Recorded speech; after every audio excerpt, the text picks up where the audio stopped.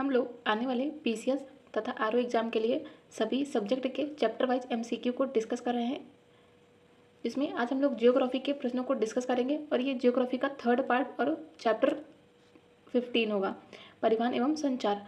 इसके पहले environment and ecology के मैंने कंप्लीट चैप्टर वाइज एमसीक्यू को कराया है, जिसकी एक प्लेलिस्ट है, आप लोग जाके जरूर देखिएगा। वो वीडियो बहुत ही ज़्यादा हेल्पफुल होगी आने वाले पीसीएस तथा आरओ एग्ज़ाम के लिए। पहला क्वेश्चन है कि अटल सुरंग रोहतांग हिमाचल प्रदेश की लंबाई कितनी है? तो ये है 9.02 किलोमीटर। अटल सुरंग की यदि बात करें अटल सुरंग की, तो यह लेह से मनाली और चंडीगढ़ को जोड़ती है और यह सुरंग 3000 मीटर से अधिक ऊंचाई पर स्थित दुनिया के सबसे लंबी राजमार्ग सुरंग है और यह रोहतांग दर्रे के पश्चिम में एक पहाड़ को काटकर गुजरती है। ये स्टेटमेंट याद रखिएगा क्योंकि ऐसे स्टेटमेंट पूछे जाते हैं यूपी पीसीएस एग्जाम में। नेक्स्ट, जवाहरलाल नेहरू बंदरगाह किस राज्य में है? तो ये है महाराष्ट्र में।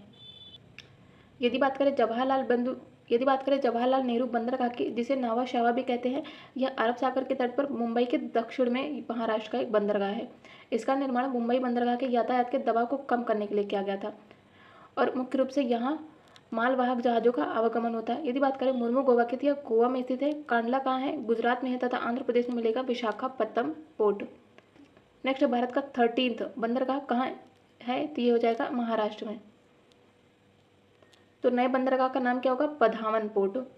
इसके पहले भारत में कितने पोर्ट थे? 12 पोर्ट थे, अब कितने हो गए? 13। स्वर्णिम चतुर्भुज का पूर्वी पश्चिम गलियारा निम्नलिखित में से किन केंद्रों या मतलब कि नाभिक को जोड़ता है? तो इसमें हो जाएगा ये सिलचर को पोरबंदर से जोड़ता है। सिलचर की बात करें, सिलचर कहाँ है? ये असम में है तथा पोरबंदर ये गुजरात में है। और यह मार्ग NH-27 के नाम से भी जाना जाता है। यह स्वर्णिम चतुर्भुज परियोजना 2001 में शुरू की गई थी। यह परियोजना भारत की सबसे बड़ी तथा विश्व की 5वीं सबसे बड़ी परियोजना है। इंदौर से जयपुर को जोड़ने वाला NH कौन सा है? ये हो जाएगा 52। ये यूपी पीसीएस के लिए तो इम्पोर्टेंट नहीं है। निम्नलिखित में से कौन सड़कों की लंबाई में भारत का फर्स्ट पर है? तो हो जाएगा महाराष्ट्र। ये आया भी है पीसीएस के 2018 में। और राष्ट्रीय राजमार्ग के मामले में यूपी सेकंड नंबर पर है। भारत का सर्वाधिक गहराई वाला पोर्ट कौन सा है? तो ये हो जाएगा पारादीप। कहाँ पे है? उड़ीसा में है। और यह भारत के पूर्वी समुद्री किनारे पर स्थित सबसे बड़े समुद्र तटों में से एक है। यह पोर्ट एक कृत्रिम हार्बर पर बनाया गया है और पारादीप गहरे पानी वाला पोर्ट है जो कि बंगाल की खाड़ी तथा महानदी के संगम पर स्थित है। तो स्टेटमेंट देख के पूछ सकता है कि ऐसा कौन सा पोर्ट है जो कि बंगाल की खाड़ी तथा महानदी के संगम पर स्थित है। और यदि बात करें विशाखापट्टनम पोर्ट की, तो आंध्र प्रदेश में और ये सबसे गहरा प्राकृतिक पोर्ट है। नेक्स्ट है नेशनल वाटरवे 1 किसको किससे जोड़ता है? तो ये हल्दिया को इलाहाबाद से जोड़ता है। ये यूपी पीसीएस में कई बार पूछा गया है क्वेश्चन। यदि बात करें नेशनल वाटरवे 1 को, तो यह इलाहाबाद को हल्दिया से जोड़ता है और नेशनल वाटरवे 2 या सदिया को धुबरी से जोड़ता है और ये ब्रह्मपुत्र नदी पर स्थित है। नेक्स्ट, भारत की स्वर्णिम चतुर्भुज परियोजना किसको किसको जोड़ती है? तो दिल्ली को मुंबई से, देन चेन्नई और कोलकाता को जोड़ती है। तो इसमें हो जाएगा ऑप्शन ए। नेक्स्ट है कांडला निम्नलिखित में से किसके लिए प्रसिद्ध है? तो यह प्रसिद्ध है निर्यात प्रसंस्करण के लिए और ये क्वेश्चन पूछा भी गया है यूपी पीसीएस में। कांडला की बात करें तो इसका निर्माण हुआ था 1950 में और यह हमारे देश का पहला निर्यात प्रसंस्करण क्षेत्र है और 2017 में कांडला का नाम चेंज करके दीनदयाल पोर्ट कर दिया गया है।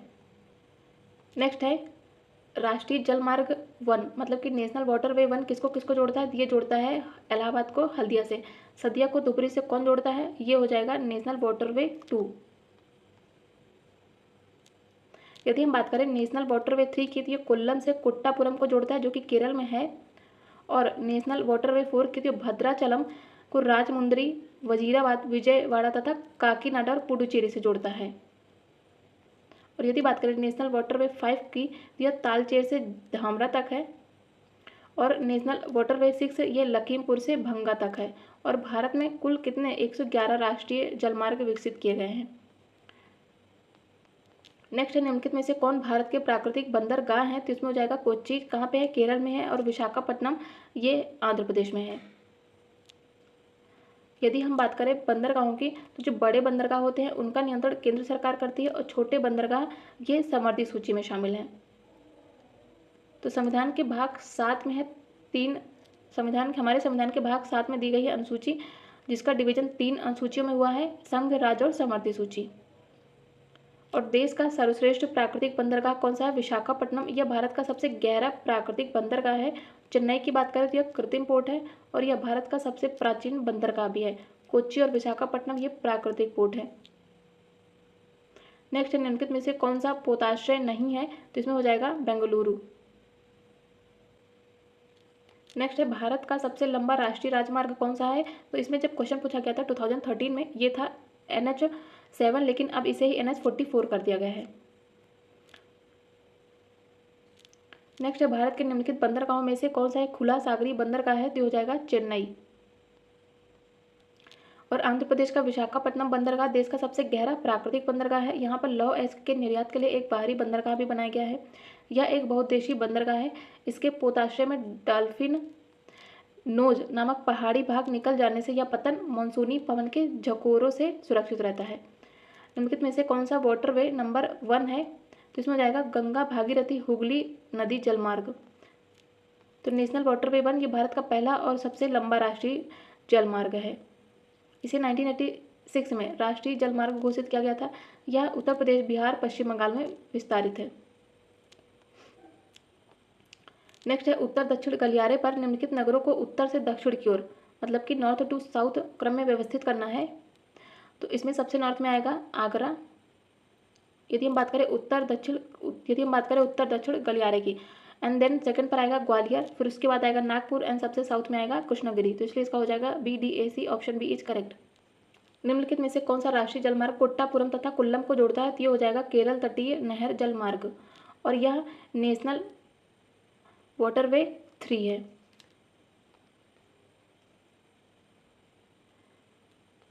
नेक्स्ट है, भारत के मानचित्र पर पूर्व तटीय बंदरगाहों की स्थिति की पहचान करनी है। तो इसमें जो फर्स्ट है ये कौन सा है? ये तमिलनाडु में तूतीकोरन है।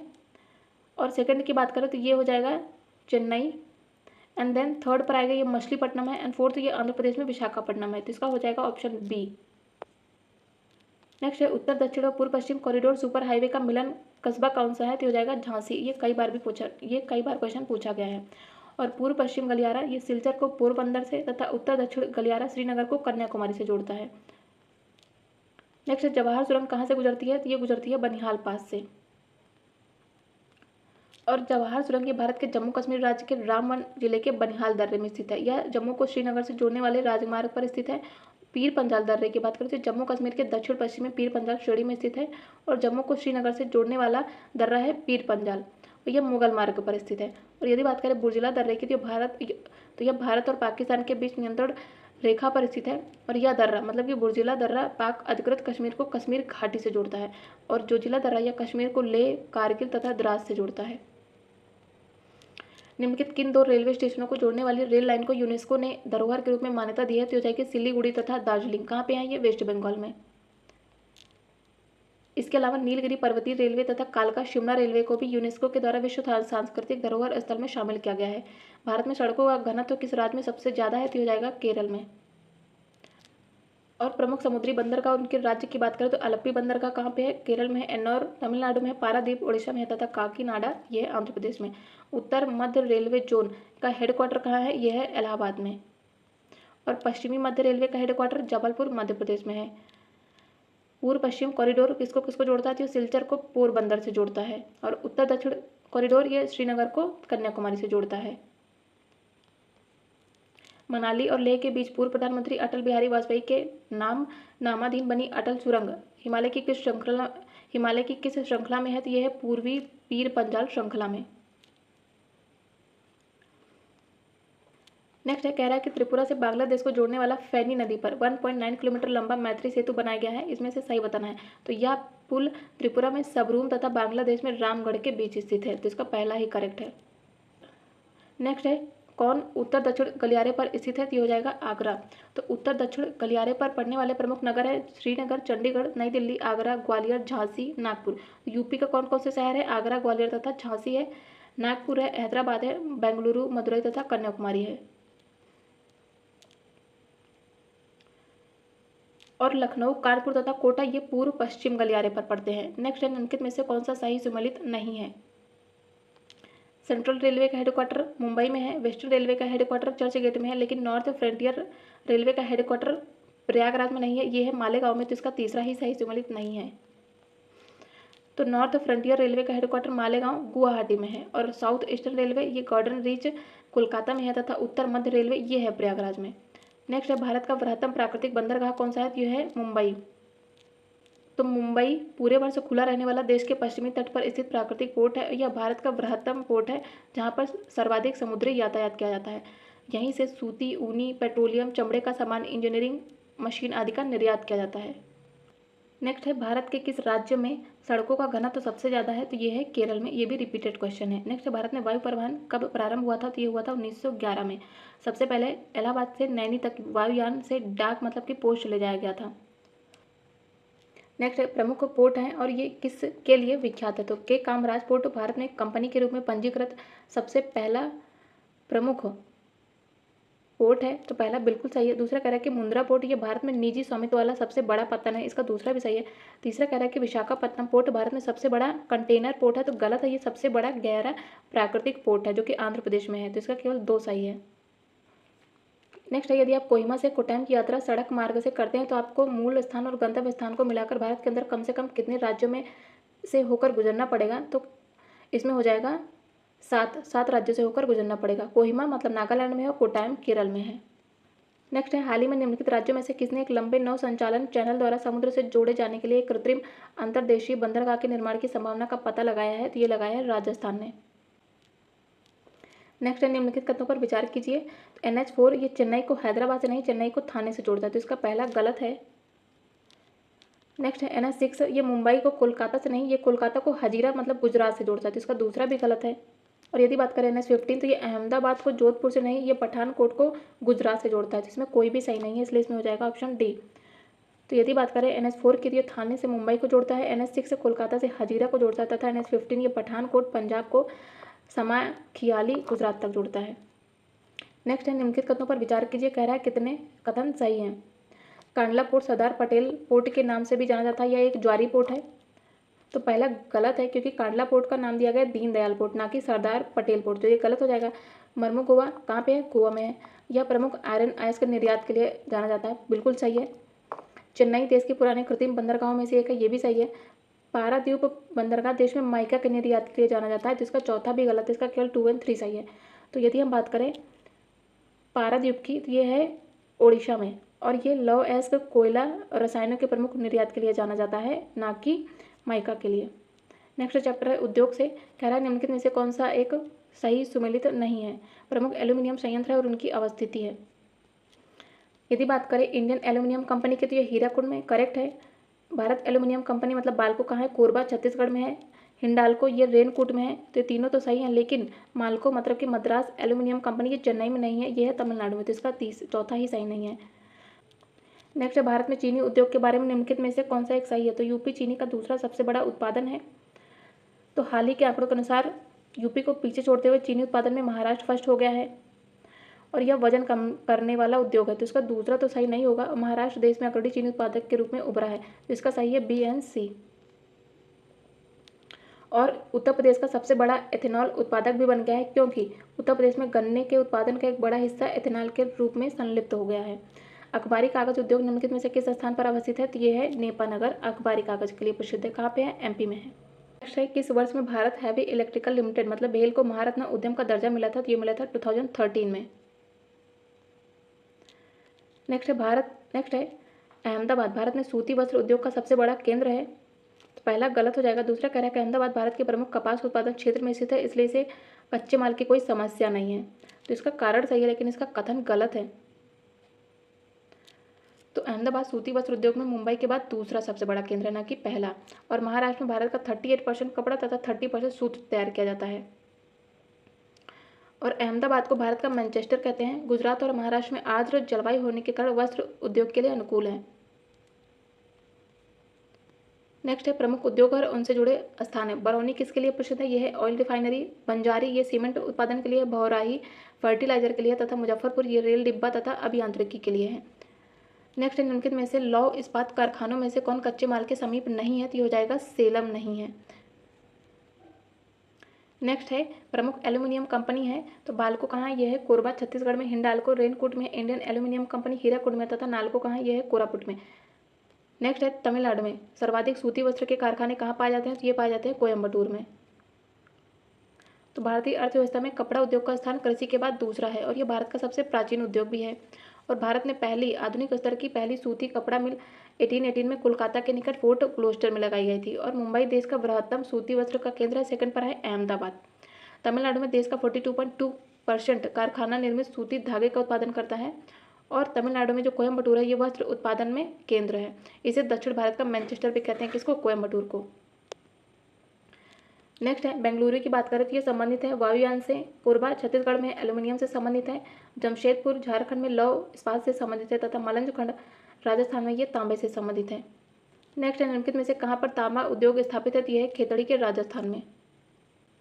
नेक्स्ट है भारत के किस राज्य में सबसे अधिक सूती वस्त्र की मिलें हैं, तो यह है महाराष्ट्र में। और भारत में पहला कारखाना स्थापित किया गया था 1818 में फोर्ट ग्लोस्टर में, जो कि असफल हो गया था, लेकिन पहला सफल प्रयास किया गया था 1854 में कावसजी डाबर नाना भाई के द्वारा मुंबई में। निम्नलिखित में से किस उद्योग की अवस्थिति के लिए कच्चे माल की उपलब्धि मूल कारक नहीं है, तो हो जाएगा इलेक्ट्रॉनिक्स।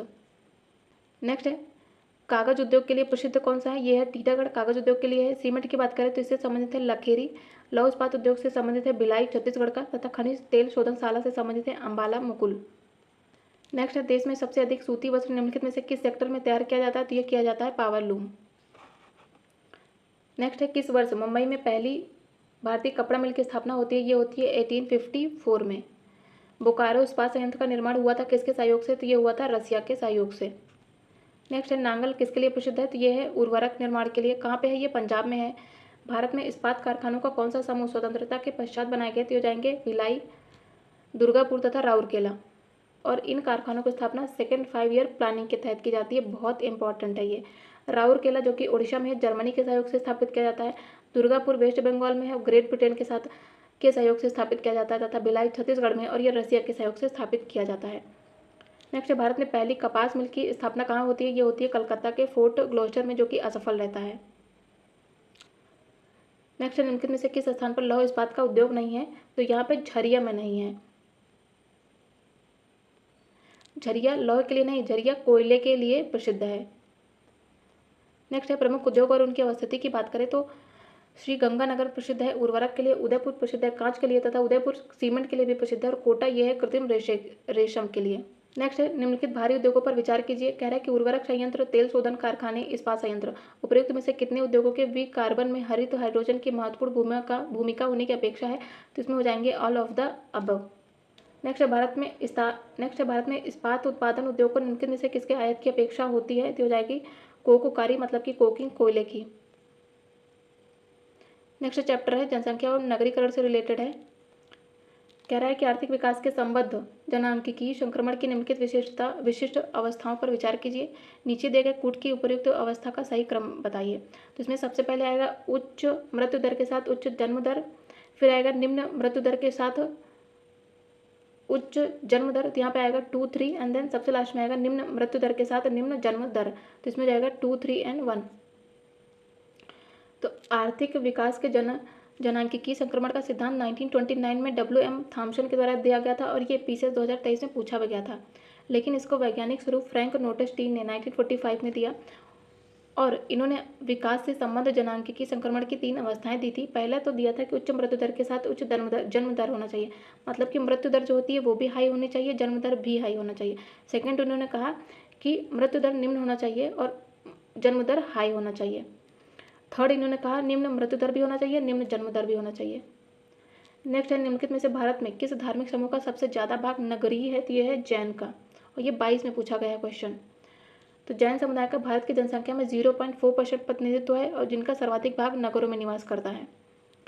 नेक्स्ट निम्नलिखित में से किस राज्य में जनजातीय समुदाय की पहचान नहीं की गई है, तो हो जाएगी हरियाणा में। नेक्स्ट भारत में सबसे कम नगरीय जनसंख्या वाला राज्य कौन सा है, तो हो जाएगा सिक्किम। और देश की सबसे ज़्यादा जनसंख्या महाराष्ट्र में, नगरीय जनसंख्या महाराष्ट्र में, सबसे न्यूनतम नगरीय जनसंख्या सिक्किम में निवास करती है।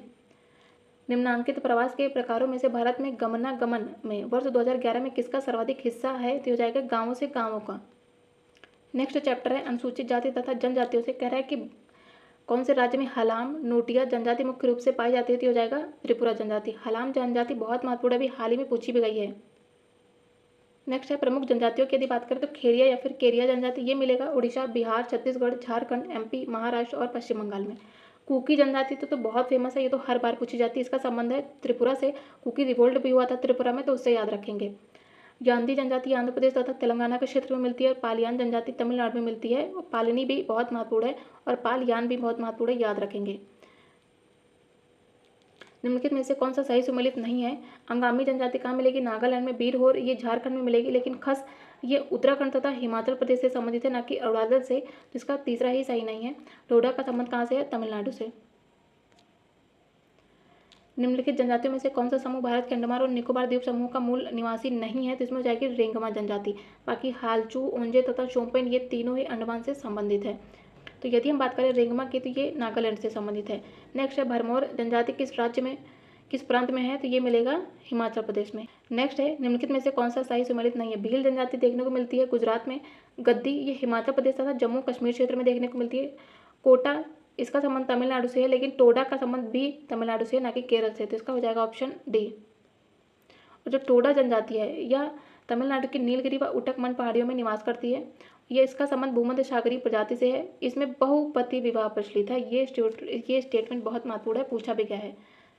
साथ में कोटा तथा घड़ाका जनजाति भी तमिलनाडु में निवास करती है।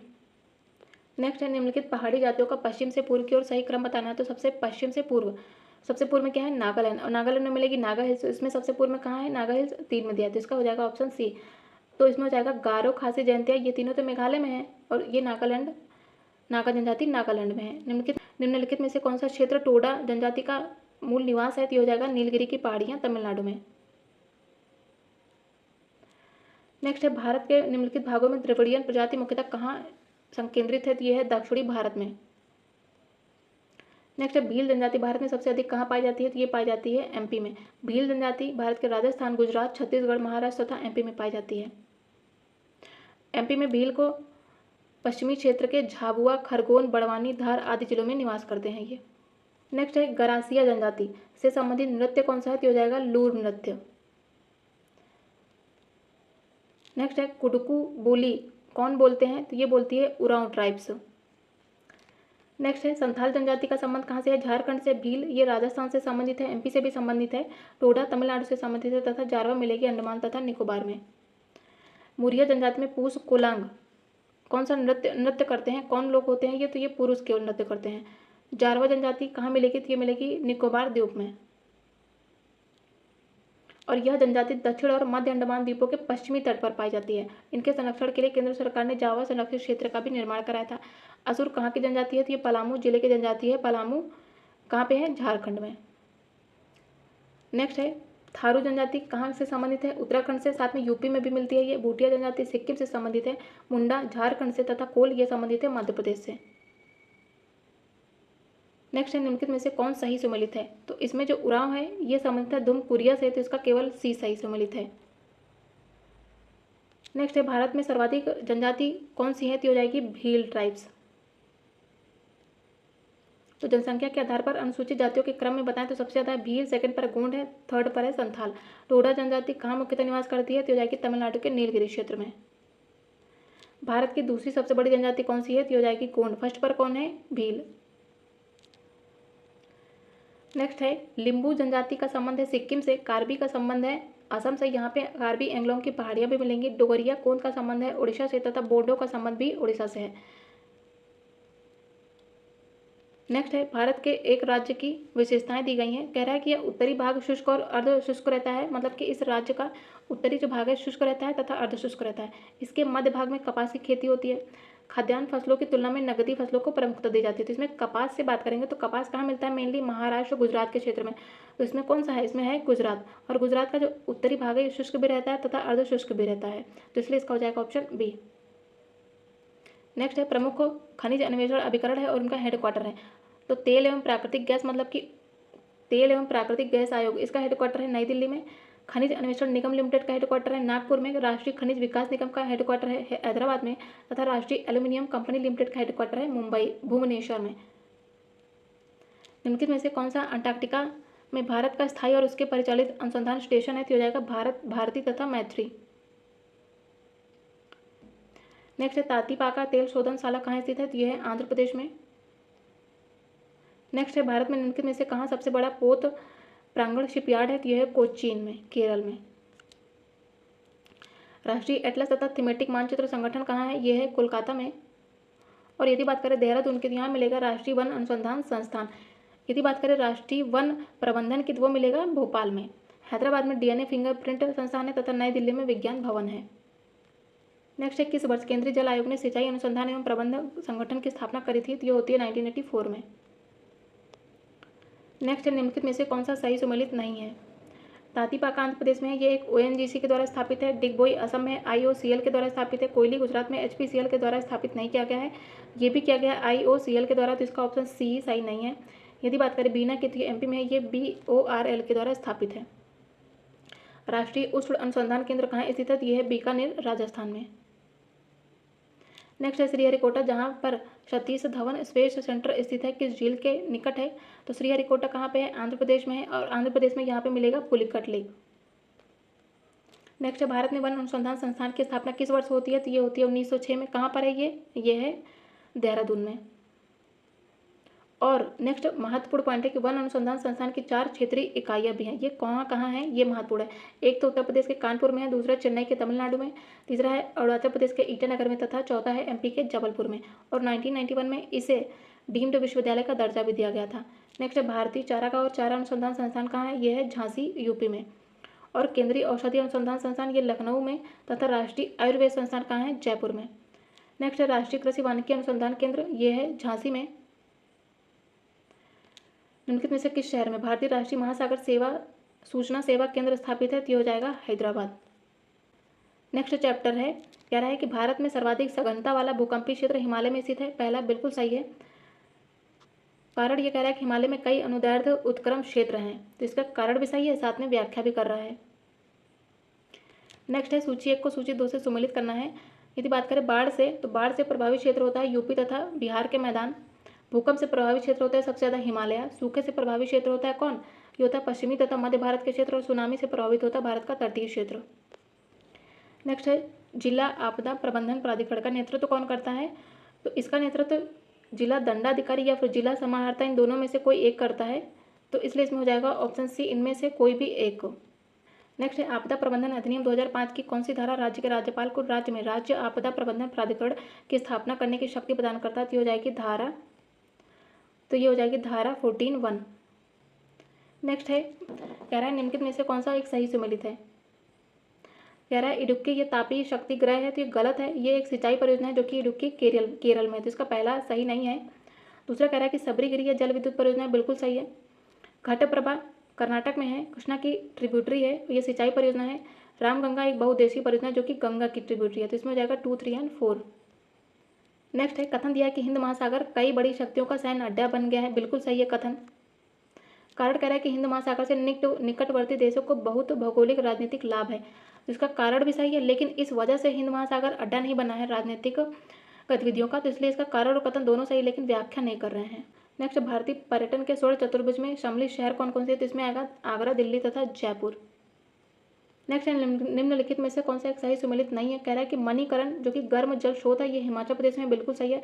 ज्वालामुखी ये गर्म जल स्रोत जम्मू कश्मीर में नहीं है, ये भी हिमाचल में है, तो इसका ऑप्शन बी ही सही सुमेलित नहीं है। यदि बात करें अनहोनी की, तो ये एमपी में है, तथा ताप्ता पानी ये उड़ीसा में है। और ये 2015 में भी आया है, इसके पहले 2022 में भी पूछा गया। तो देखिए क्वेश्चन रिपीट होते हैं, कई बार रिपीट होते हैं। नेक्स्ट है राम सेतु मतलब कि एडम्स ब्रिज कहाँ से शुरू होता है? ये होता है धनुषकोडी से, और यहीं से शुरू होकर मतलब कि धनुषकोडी से शुरू होकर श्रीलंका के मन्नार द्वीप तक एक श्रृंखला में उथले जलीय भाग के रूप में विस्तृत है। नेक्स्ट है निम्नलिखित कथनों पर विचार कीजिए। कह रहा है कि अरावली मरुस्थल के पूर्ववर्ती विस्तार को रोकता है, बिल्कुल सही है। जो अरावली पर्वत है ये मरुस्थल के पूर्ववर्ती जो विस्तार है उसको रोक रहा है। राजस्थान की सभी नदियों का उद्गम अरावली से है, बिल्कुल ये तो सही नहीं है। तीसरा कह रहा है कि राजस्थान में वर्षा का वितरण प्रारूप अरावली से प्रभावित नहीं होता, तो बिल्कुल प्रभावित होता है। अरावली प्रदेश धात्विक खनिजों से समृद्ध है, तो इसका पहला और चौथा सही है। नेक्स्ट है भारत का कौन सा सबसे बड़ा भाषाई समूह है? तो हो जाएगा इंडो आर्यन, और इसमें सेकंड पर आता है द्रविडियन। नेक्स्ट है 2009 में भारत ने स्वच्छ गंगा के लिए निम्नलिखित में से क्या स्थापित किया था? तो इसने राष्ट्रीय गंगा नदी तलहटी प्राधिकरण स्थापित किया गया था। नेक्स्ट है कश्मीर हिमालय करेवा निर्माण के लिए प्रसिद्ध है। बिल्कुल सही है। करेवा किसके लिए प्रसिद्ध है? ये केसर की खेती के लिए प्रसिद्ध है। दूसरा कह रहा है कि नालागढ़ दून सभी दूनों में सबसे बड़ा है, तो इसका दूसरा गलत है। तीसरा कह रहा है कि नामचा बरवा पर्वत अरुणाचल प्रदेश हिमालय में है, तो अरुणाचल हिमालय में बिल्कुल सही है नामचा बरवा। नेक्स्ट है फूलों की घाटी हिमाचल और उत्तराखंड में है, तो इसका चौथा भी सही है, इसका केवल दूसरा गलत है। यदि हम बात करें दून की, तो यह निम्न हिमालय तथा शिवालिक के बीच में स्थित लंबवत घाटी को दून कहते हैं। इनमें आता है देहरादून, कोटली दून, पाटली दून, और देहरादून भारत का सबसे बड़ा दून है। नामचा बरवा पर्वत शिखर ये कहाँ है? अरुणाचल हिमालय में है।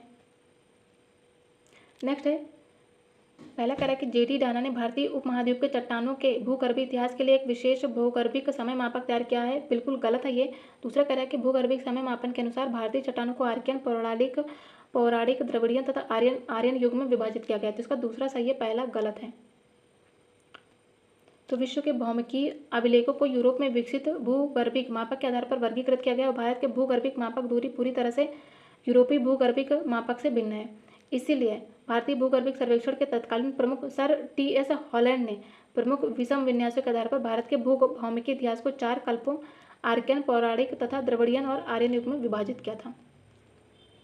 नेक्स्ट है हिंदी के पश्चात कौन सी भारतीय भाषा विश्व में सबसे ज़्यादा बोली जाती है? तो हो जाएगी बंगाली। यदि हम बात करें विश्व की, तो विश्व में सबसे ज़्यादा बोली जाती है इंग्लिश, मतलब कि अंग्रेजी। सेकंड पर आती है चीन की मंदारिन भाषा, थर्ड पर आती है हिंदी एंड फोर्थ पर आती है स्पेनिश।